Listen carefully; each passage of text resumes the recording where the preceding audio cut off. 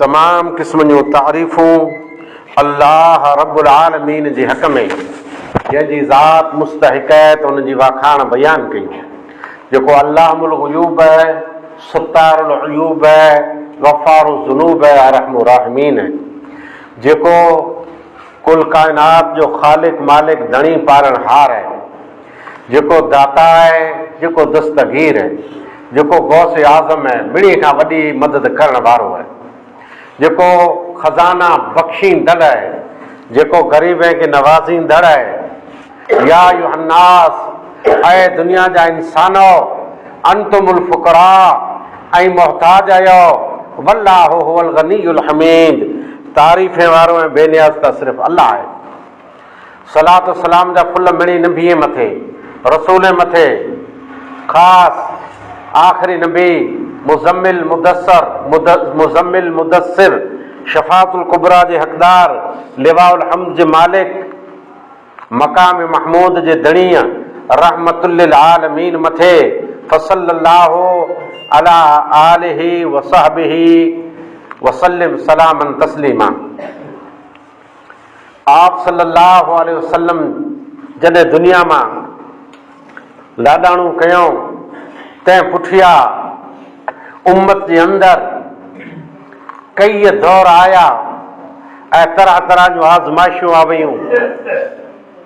हिकिड़ा चवंदा नबीअ पर्दो फरमाए, ॿिया चवंदा विसाल कएं, पर सऊं सिधो लफ़्ज़ इन्नक मय्यतुन व इन्नहुम, बेशक आके मौत जो मज़ो चखणो आहे। इन्नक मय्यतुन, ऐं नबी आके पण मैयत बनणो आहे। ई क़ुरान में लिखियल आहे। सही बुखारी में हदीसे में बार बार जगह जगह ते लफ़्ज़ अचे थो मातन नबी सल्लल्लाहु अलैहि वसल्लम।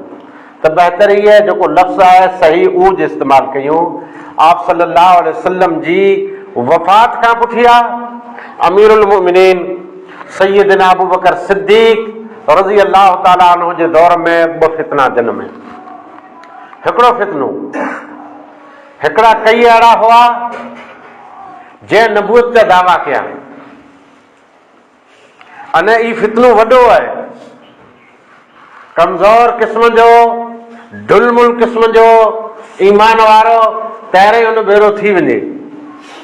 खोटा ने झूठा नबूअत जा दावा कयूं। आप सल्लल्लाहु अलैहि वसल्लम जी वफ़ात खां पुठियां अमीरुल मोमिनीन अबू बकर सिद्दीक़ रज़ी अल्लाह ताला अन्हु जे ज़माने में थिया मुक़ाबला, उन्हनि जूं सरकूबियूं थियूं, उन्हनि जा ख़ात्मा थिया। इते ॿियो फितनो इहो थियो त ज़कात जो इनकार कयो।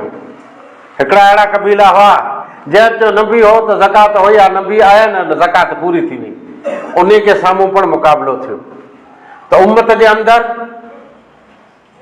ॿिन्ही क़िस्म जा माण्हू पैदा थी विया। हिकिड़े त साथ ॾिनो जेको ग़लति इंसान हुआ, उन्ही खे पाण हिकिड़ी उहा जमात जंहिंजी आप सल्लल्लाहु अलैहि वसल्लम पेशन गोई करे विया आहिनि जे क़यामत सूदी हक़ ते रहंदी, उन मुक़ाबिलो कयो ग़लति इंसान जो, गुमराह इंसान जो। आयो ॿियो दौर, उहो दौर अबू बकर सिद्दीक़ रज़ी अल्लाह ताला अन्हु खां पुठियां उमर फारूक जो दौर हो। उमर फारूक रज़ी अल्लाह ताला अन्हु जे ज़माने में रुॻा मुस्लमान मुल्क फतह कयो, कामयाबियूं कामयाबियूं कामयाबियूं, दुनिया जो वॾो हिसो तंहिं मथे इस्लामी झंडो लहरायो हण। अने हिन मुल्क जे उन शख़्स जंहिंखे वॾो मर्तबो आहे, जंहिंजो फूटू पामा हर कंहिंजे खीचे में पियो आहे, मुल्क आज़ाद थियो त चयो चइबा के मुल्क जे हलाइणो आहे त अबू बकर सिद्दीक़ ने उमर फारूक हलायो, ईअं हलाइजा। अने हिन जी डायरी में पण लिखियल आहे सैयदना अबू बकर सिद्दीक़ रज़ी अल्लाह ताला अन्हु खां पुठियां उमर फारूक आया। ज़मानो ख़ासो मिलियो, पर फजर जी नमाज़ पढ़ायूं पे। नमाज़ जे दरमियान सफ़ूं चीरे अबू लूलू फिरोज़ करे को गुलाम अचे थो अने अमीरुल मोमिनीन खलीफ़तुल मुस्लिमीन मथे हमलो करे थो। क्या मामूली मुल्क जो खलीफ़ो न हो, बल्कि दुनिया जो वॾो हिस्सो तंहिंजो ख़लीफ़ो हो। एतिरे अॼु दुनिया में एॾो कोई मुल्क न आहे जेतिरी ज़मीन उन वक़्तु उमर फारूक रज़ी अल्लाह ताला अनहो फतह कयो हो। को है न चीन है न अमेरिका है न, ये समझो जो सुपर पावर उनटाणे तंहिंजे प्रेसिडेंट वज़ीर जंहिंखे पाण ख़लीफ़तुल मुस्लिमीन अमीरुल मोमिनीन चवंदा तंहिं मथे हमलो कयो। इते सफ़ा 90 सरबियो फितमियूं जाॻियो। अमीरुल मोमिनीन शहीद, ख़ैर उम्मत बेअत कयईं। अबू बकर रज़ी अल्लाह ताला अन्हु पुठियां उमर फारूक पुठियां उस्मान गनी। हज़रत उमर फारूक जे ज़माने जो मिणी खां वॾो हादसो थियो, उम्मत विखाणी जंहिंमें शहीद थिया, अने वॾे प्लान जे तहत शहीद थिया हुआ।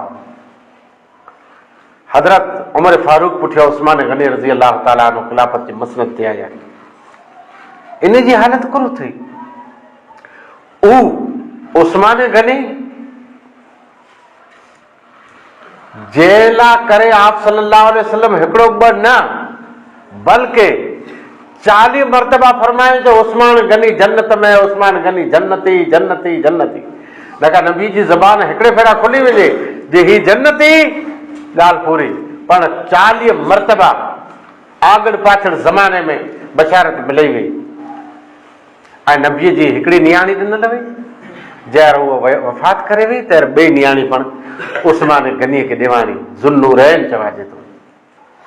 अने वॾो सखी। अच्छा, ॻाल्हि लंबी थी वेंदी, असल मौजूद पुॼाइजे न पुॼाइजे। हिनटाणे पण हिकिड़ो साहबी तंहिंजो अकाउंट खातो मदीने जी बैंक में चालू है, पिंड न आहे, खातो चालू है, उहो हज़रत उस्मान गनी। उन जो जेको बाग़ रहियो उहो बाग़ अॼु सूदी आहे, उन बाग़ जो इनकम उन जे खाते में नगर पालिका जमा करे थी ऐं उन जे खाते में अमोको टका जेको बचत थिए था से सदको ख़ैरात उन वक़्त वटि अचे पियो। हिकिड़ो साहबी आहे हाली मालूमात लाइ, उस्मान गनी रज़ी अल्लाह ताला अन्हु जी सीरत आहे बयान नथो कयां, पर इन जे ज़माने में जेको उम्मत में इख़्तिलाफ़ थियो, उम्मत खे नुक़सान थियो, तंहिंजी ॻाल्हि करणी आहे। ख़िलाफ़त हलायूं पे, इस्लामी सरहदूं वधियूं पे, उम्मत तमामु आगड़ हुई, पर हिकिड़ा अहिड़ा पंहिंजी सफ़े मां उथिया जे हज़रत उस्मान गनी खे घेरे लाथो पिन जे घर मदीने जे अंदर। पाणी बंदि, ॿाहिरि निकिरणु बंदि, हू वेठो आहे अल्लाह जो ज़िक्र पियो करे। अञा ख़लीफ़तुल मुस्लिमीन कोई ज़ैड कमांडो न, सादा कमांडो न, बॉडी गार्ड न, गार्ड न, कीअं न, जेकी हो से रब, उन ते भरोसो। ख़ैर कुरान मजीद पढ़े पई, तिलावत चालू हुई। सूरह बकरा पहलो सिपारो तंहिंजो 6 पन्नो पां पढ़ूं था न, इते पुॻो हो पहलो सिपारो 6 पन्नो। फस यकफीकुमुल्लाह, इन आयत ते पुॻो तयार अची हमलो कयो। से हमलो कंदल पंहिंजे सफ़े मां उथिया हुआ। रोज़ो हो, अने रोज़ो पण बिरयानी पुला सकीन रखे हुए, ख़ाली नियत कएं वे त रोज़ो रखां थो, ॿियो त की होए न। उहो नेस जेको उम्मत लाइ करे यहूदी वटां गिनी करे उम्मत खे फ्री या वक़्फ़ करे ॾिने वे, उन नेस जो पाणी उन ते बंदि थियो, हालत इहा थी वई। ख़ैर हमलो थियो, शहीद थियो, शहीद पण बेदर्दीअ सां। हिते उम्मत वरी ॿी बाग़ में विराजी वई, वॾो हादसो थियो उम्मत जे अंदरि। ये उम्मत कमज़ोर थी, उम्मत सैयदना उस्मान गनी रज़ी अल्लाह ताला अन्हु जी शहादत पुठियां हज़रत अली रज़ी अल्लाह ताला अन्हु, जंहिंजी पण शान ऊंची आहे, नंढड़ा जेको साहबियत मां मिणी खां वधारे एज़ाज़ हज़रत अलीअ खे जेको ईमान ॾिनी आहे। पहिरीं जेको काफ़िलो आंगरी ते ॻणे सघूं था, ईमान आंदो तंहिंमां हज़रत अली है। सिर्फ एतिरो ज न बल्कि आप सल्लल्लाहु अलैहि वसल्लम जी नियाणी जिगर जो टुकड़ो बीबी फातिमा रज़ी अल्लाह ताला अन्हा जेको तमाम जन्नती औरतें जी सरदार वो हज़रत अली रज़ी अल्लाह ताला अन्हो जे घर में हसन अने हुसैन नवासा रसूल जन्नती नौजवान जा सरदार हसनैन जी मां बीबी फातिमा जेको हज़रत अली जे घर में हसनैन जा पे हज़रत अली मुर्तज़ा रज़ी अल्लाह ताला अन्हु जंहिंजी फज़ीलत ऊंची है नबीअ जो सॻो काका ई बा बनियो ख़लीफ़ो। एतिरे उम्मत विराजी वई ज़कात जंहिं न ॾिनी उन फितनो अलॻि पैदा कयो जंहिं नबूअत जा दावा कया उन फितनो अलॻि पैदा कयो। हज़रत अमीरुल मोमिनीन उमर फारूक रज़ी अल्लाह ताला अन्हु जी शहादत वारे अलॻि फितनो कयो। इहे थींदे थींदे थींदे हज़रत उस्मान गनीअ खे ख़ारिजी भलवाई बेदर्जीअ सां शहीद कयो। इन जो अलॻि फितनो अची उथियो त उम्मत खे नुक़सानु केतिरो थियो इन फितने मां थियो नुक़सानु। सैयदना अली मुर्तज़ा जंहिंजी वॾी फज़ीलत है भारी फज़ीलत है मसनद ख़िलाफ़त मथे जलवा अफ़रोज़ थिया हलायूं पियो उम्मत जो कमकार हलायूं पियो ख़िलाफ़त हलायूं पियो इस्लाम खे आगे वधायूं पियो कंहिं मसलियत जे तहत ख़िलाफ़त तंहिंजो दारुल हुकूमत अॼु सूदी मदीनो हो पोइ मदीने मां कूफो दारुल हुकूमत बनियो हज़रत अली रज़ी अल्लाह ताला अन्हु ज़माने में। अने ही 4 ख़लीफ़ा इस्लाम में इनखे खुलफाए राशिदीन चई में अचे थो। अञा हदीस जे अंदरि ज़िक्र पण आहे हुकुम पण आहे जे इन जी इताअत कयो अलैकुम सुन्नती व सुन्नती खुलफाए राशिदीन अल महदीयीन मिन बादी। आप सल्लल्लाहु अलैहि वसल्लम फरमायो जे मुंहिंजी सुन्नत लाज़िम पकड़जा ऐं मूं पुठियां खुलफाए राशिदीन तंहिंजी सुन्नत लाज़िम पकड़जा जेको हिदायत याफ़्ता हज़रत अली 4 नंबर ते आया 4 ख़लीफ़ा। अलगर्ज़ हज़रत अली रज़ी अल्लाह ताला अन्हु कूफे में फजर पढ़ायो पे अची थियो हमलो थिया शहीद पण इन शहादत खां पहिरीं हिकिड़ो उहो ग्रुप हो जंहिं हज़रत उस्मान खे शहीद कयो ऐं अमुक उहो पण हुआ जंहिं पुछा कई पे जे हज़रत उस्मान खे शहीद कुला कया उन वटां किसास गिने में अचे बदिलो गिने में अचे। उम्मत में 2 ग्रुप त थिया बटाणा विराणा। इन दरमियान हज़रत आयशा जेको उम्मुल मोमिनीन रज़ी अल्लाह ताला अन्हा अने हज़रत अली जे दरमियान अनबन बनी वई ॻाल्हि जंग ते पुगी। हज़रत अली अने अमीर माविया जे दरमियान अनबन थी ॻाल्हि जंग ते पुगी घणा बधा शहीद थिया एतिरे उम्मत विराणी उम्मत पाछड़ा वई उम्मत में नुक़सान थियो। ख़ुद अली रज़ी अल्लाह ताला अन्हु पण शहीद थिया ऐं हज़रत अली पुठिया हज़रत हसन जेको बीबी फातिमा जो पुत्र हज़रत अलीअ जो पुत्र अल्लाह जे नबीअ जो ॾूहित्रो इनखे ख़िलाफ़त ॾिने में आवई पर पोइ पिंड छॾे ॾारियो इस्तीफ़ा ॾिनो पर हालत इहा थी जे इन खे पण ज़हर ॾेराए में आयो पोइ वरी उम्मत में वॾे मां वॾो इख़्तिलाफ़ ऐं नुक़सान ई हादसो थियो जे करबला जे अंदरि नबी सल्लल्लाहु अलैहि वसल्लम जे ॾूहित्रे नवासे रसूल हज़रत हुसैन अने उनजे काफ़िले खे बेदर्दीअ से ज़ालिम शहीद कयो त भला उम्मत में नुक़सान थिया कि न थिया। उम्मत में नुक़सान थींदा आया उम्मत अलॻि अलॻि थींदी आ वई इन हंधि इन दौर में उम्मत ॿी भागे में विराजी वई। हिकिड़ा उहे हुआ जंहिं हज़रत अलीअ खे शहीद कयो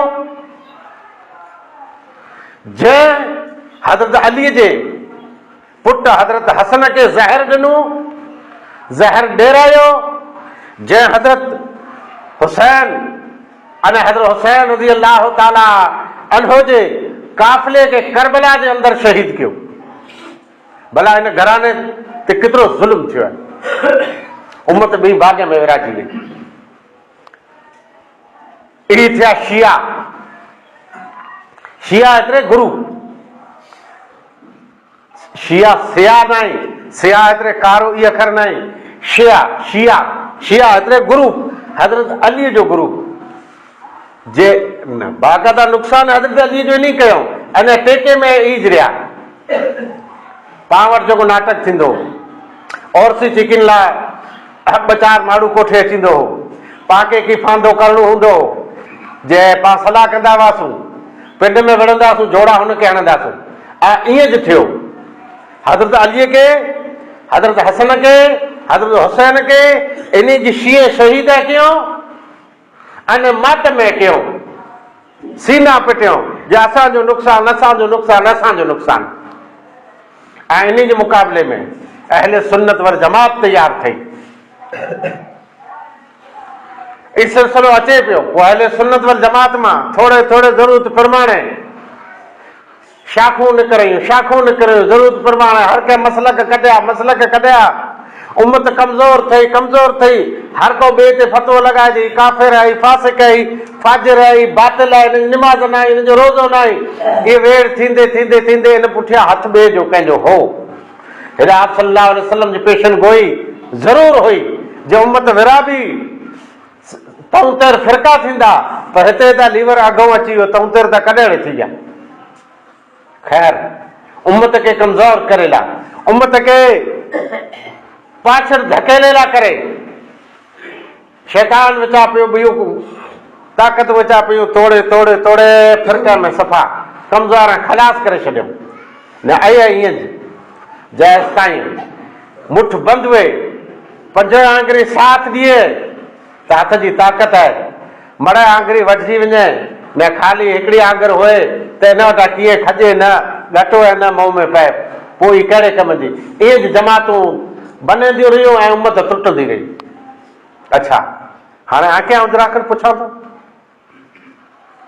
हीउ ख़ुतबो भला हिन मौज़ू ते अचानक वियो कोला? पाण त ॻाल्हि इहा हले न जे नमाज़ पढ़ो, रोज़ो रखो, लम्हा पाण निकिरो नथा। हींअर सी उरूज ते आहे, नमाज़ रोज़े जी हींअर तकरीर न आहे, रोज़े जा ॾींहं अचनि पिया। हीउ ख़ुतबो ख़ासि कंहिं मक़सद लाइ ॾिने में अचे थो जे उम्मत खे कमज़ोर ॿियूं क़ौमूं करायूं थियूं, उम्मत त्रुटे थी। हीउ सिलसिलो आयो पियो, उम्मत खे तोड़े जो तोड़े जो तोड़े जो आयो पिए। फिरी फिरी फिरी फिरी हिन मुल्क जे अंदरि कादियानी पैदा थिया, जंहिं झूठा दावा कया। थियो मौक़ो, आयो भूकंप। हीअ जनवरी 26 तारीख़ 2001 ई कादियानी पंहिंजा लुड़का उघेला, कादियानियत फैलायला, मिर्ज़ाइयत फैलायला, अहमदियत फैलायला, फितनूं फैलायला। लंडन मां भॻा आहे, हिते खावड़े अची पिन जा तरपड़िया फिगायूं, ॾियूं पिया कंहिंखे टाल पत्री, कंहिंखे मानी, कंहिंखे ॾार, कंहिंखे पाउच तेल जो, मिठी ज़बान, हा ॾींदासूं ॾींदासूं, पाण करे निवरा हुआसीं। पर अल्हम्दुलिल्लाह उमटाणे सख़्तीअ सां कादियानी जो मुक़ाबिलो करे में आयो। अने कंहिं कयो कीअं कयो ई ॾसे जी कीअं ज़रूरत न आहे, पर मिणी खे ख़बर आहे अने तारीख़ गवाह आहे त उन जो बातिल अक़ीदो दबाइला करे, उन खे साम्हूं मुक़ाबिलो करेला, उन जी रिलीफ, उन जी मौत हड़े में आवई ऐं कच्छ मां उन खे बजाए में आया। तंहिंजो कारण इहो त हू अक़ीदो ख़राबु खणी आया हुआ ऐं ॿियनि जो अक़ीदो उन खे बिगाड़णो हो। हाणे इहा ज ॻाल्हि आहे अॼु जे ख़ुतबे में जाए। ख़बरदार, हिनटाणे पंहिंजे मुल्क जे अंदरि नओं फितनो पैदा थियो आहे।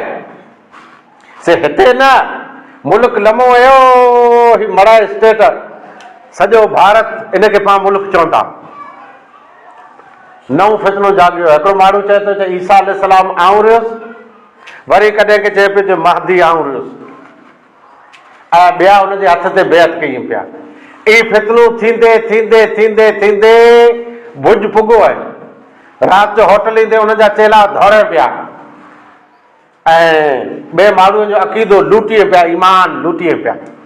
ख़बरदार अहिड़ो कोई बातिल अक़ीदे वारो अचे त उनखे रोकियो। बेशक इन में कीअं शक न आई जे इमाम महदी अचींदा। मूं ढगे वटां सोया महफ़िल में चाहे मेहदी बेदी की आहे न, बेशक हदीस में ज़िक्र आहे, नबी जी पेशन गोई आहे, इमाम महदी अचींदा। उनजो नालो नबीअ जे नाले जे बराबरि हूंदो, उनजो नालो नबीअ जे पे जे बराबरि हूंदो। मतिलब इहो आहे जे मोहम्मद बिन अब्दुल्ला हूंदो अथवा अहमद बिन अब्दुल्ला हूंदो, इहो नालो। अच्छा, उनजी ख़ुसूसियत इहा आहे जे अहले बैत में जा हूंदो। अहले बैत हज़रत हसन रज़ी अल्लाह ताला अन्हो जी औलाद मां हूंदो। न अहले बैत जी वॾी इज़त आहे। अल्लाह जे नबी हिकिड़े ॾींहुं फरमाए त आके ॿ चीज़ूं ॾेई वञा थो मज़बूती से पकड़जा, क़ुरान अने हदीस। ॿई हदीस में आहे आके ॿ चीज़ूं ॾेई वञा थो, क़ुरान अने अहले बैत। त अहले बैत जी वॾी क़दर क़ीमत आहे। उहो अहले बैत मां हूंदो, इमाम हूंदो। ईसा अलैहिस्सलाम उन पुठियां नमाज़ पढ़ंदा, अदलो इंसाफ़ कंदो, पर हुकूमत 7 खनि वरे हलंदी। उनजी अदलो इंसाफ़ शर्त आहे उन वटि। इमाम महदी अचींदो कॾहिं? हिकिड़ो अखर हज़रत ईसा अलैहिस्सलाम इमाम महदी पुठियां नमाज़ पढ़ंदा, इमाम महदी मुसल्ले ते हूंदो। त मतिलबु ईसा अलैहिस्सलाम पर उन दौर में अचींदो। अने ईसा अलैहिस्सलाम साम्हूं दज्जाल जो मुक़ाबिलो, यहूदीअ जो मुक़ाबिलो, सलीब जो मुक़ाबिलो, खिंज़ीर जो मुक़ाबिलो। मतिलबु क़यामत जी निशानी में इहा निशानी आहे। ईसा अलैहिस्सलाम पण अचींदा, नबी सल्लल्लाहु अलैहि वसल्लम जी नबूअत जो इक़रार कंदा। ॿी को नई शरीयत किन खणी अचींदा। आप सल्लल्लाहु अलैहि वसल्लम आख़िरी नबी आई, मोहम्मद अरबी सल्लल्लाहु अलैहि वसल्लम पुठियां कोई नबी न आई। ईसा अलैहिस्सलाम अचींदा, नबी सल्लल्लाहु अलैहि वसल्लम जी शरीयत अपनाईंदा। अने उन वक़्त जे अमीर इमाम महदी तंहिं पुठियां नमाज़ पढ़ंदा, उन जी इब्तिदा में। हाणे हीअ त सच आहे, सही आहे। हुन दावो कयो चए महदी आऊं या ईसा आऊं या, त भला जोड़ण जे लाइक़ का फुले जे हार जे लाइक़ जेको अहिड़ा खोटा दावा करे। उहो हूंदो इमाम महदी अहले बैत मां, अने हिन जो नालो आहे शकील खान। त केॾा थियो अहले बैत? हू अचींदो, किन मुल्क में अचींदो ही ख़बर न आहे, पर ईसा अलैहिस्सलाम पुठियां नमाज़ पढ़ंदो ऐं ईसा अलैहिस्सलाम त अरब में उतरंदो। अहिड़ो कई हदीस में मिले थो न, ही बिहार में पैदा थियो आहे।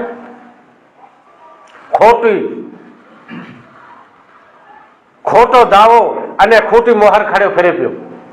इमाम महदी 7 वरे हुकूमत कंदो, हिनखे 15 खनि वरे थिया, जेते दरोगा झोड़ा लॻे पिया, पण मज़बूत कुरेला बनियो आहे। ॿियो जेको आड़ ते ताक़तूं रहियूं उहो हिनखे साथ सपोर्ट ॾिए थियूं जे उम्मत त्रुटे, उम्मत विराजे, उम्मत में फितना थिए, उम्मत कमज़ोर थिए।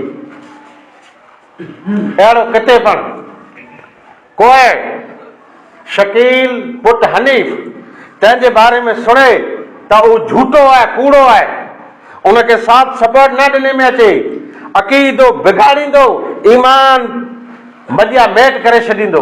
उहा उनजा माण्हू आई अने थोरो थोरो पूरे भारत में जान फैलाई ईंदा।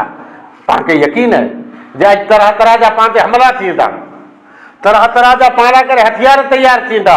उन मां हिकिड़ो वॾे मां वॾो हथियार आहे ईमान खसणो, मुस्लमान खे पिंड में विड़ाइणा, ॿियूं मुस्लमाननि जूं जमातूं तयारु करणियूं। आई अहिड़ा जग तयारु थींदा, उहो पाके चवंदा काफ़िर ई पा, हुनखे त अल ऐलान चवनि पिया जे हू झूठा आहिनि। जे झूठा आहिनि त करो हू इहो माठ करे वेहंदा, माठ करे वेहंदा की न। हलो हू हुन ते फतवो, हू हुन ते फतवो, मसीदी अलॻि, मदरसा अलॻि, अने पोइ उम्मत में वसंदी लठ, पोइ वसंदो अज़ाब, जर ई उम्मत टुटंदी। अल्लाह त फरमाए जे वातसिमू बिहब्लिल्लाहि जमीअन वला तफर्रकू, अल्लाह जी रसीअ खे मज़बूत पकड़ो अने फिरका फिरका न थियो। हीअ त फिरको करे पियोसीं न, कई अहिड़ा नेक, उन जो टारगेट नेक अने भोरा इंसान। पहिरीं हुनखे सम्झाई जे हदीस में इमाम महदी अचींदो, पहिरीं चए हओ त चए इमाम महदी पुॼी आयो, हलो कयो बैत। तंहिं भेरो राज़ी थी अचे, हा हा हा हा। बिहारी आहे, पुठियां नालो खान लिखियल आहे, ओस्मानपुर जो रहंदड़ आहे, कोई अहले बैत न आहे। मतिलबु इन जी नसब में केॾा पण अहले बैत खान लिखियो पियो आहे, सैयद का अहिड़ो की अचे नथो। अहिड़ा झूठा इंसान इन जे चकर में केरु न अचे, इन जी झाल में केरु न अचे। इन जी झाल में वार में केरु अची वियो त ख़बरदार मुर्तद बणिजी वेंदो। अने उन जो प्लान जी इहा आहे जो उम्मत खे मुर्तद बनाइए। उम्मत हिकिड़ी आहे, हिकिड़ो अल्लाह उन फरमाए त इन हाज़िही उम्मतकुम उम्मतन वाहिदा, हीअ उम्मत हिकिड़ी आहे। से उम्मत मशरिक़ वटां झले मग़रिब सुधी, उत्तर वटां झले दखिण सुधी, तमाम दुनिया जे अंदरि तमाम रंग ऐं नस्लूं, कुटुंब ऐं कबीला, उम्मत बहैसियत ला इलाहा इल्लल्लाह हिकिड़ी उम्मत आहे। इन उम्मत खे तोड़े में आयो अने अॼु पण तोड़े में अचे थो, इन उम्मत खे कमज़ोर करे में अचे थो। उहा उम्मत जंहिंजो रब हिकिड़ो, नबी आख़िरी मोहम्मद सल्लल्लाहु अलैहि वसल्लम जंहिं वटि क़ुरान हिकिड़ो, जंहिं वटि काबो हिकिड़ो, भला उहो फिरके में खुला बटिजे थी, उहा उम्मत खुला टुटे थी, उहा उम्मत कीअं कमज़ोर थिए थी। इन पुठियां चाल अने साज़िश ऐं ॿी क़ौमें जूं, इन पुठियां नाटक अने महिनत आहे शैतानी उन फिरके जी या उन ताक़त जी जेको शुरू वटां आख़िर सुधी उम्मत इस्लामी जा दुश्मन आई। अने उहो दुश्मनी खपे उन लेवल ते तंहिंजो मुक़ाबिलो पिया कयूं ऐं पंहिंजा खार पिया कढाए। अलगर्ज़ अहिड़ो कोई पण फितनो अचे ऐं ख़बरदार रहिजा, उनखे साथ सपोर्ट कंहिं क़िस्म जो कॾहिं पण ॾिने में न अचे। अने हर तरह जो उन मुक़ाबिलो करे में अचे अहिड़े मुर्तद के साम्हूं। वाख़िर दवाना अल्हम्दुलिल्लाहि रब्बिल आलमीन।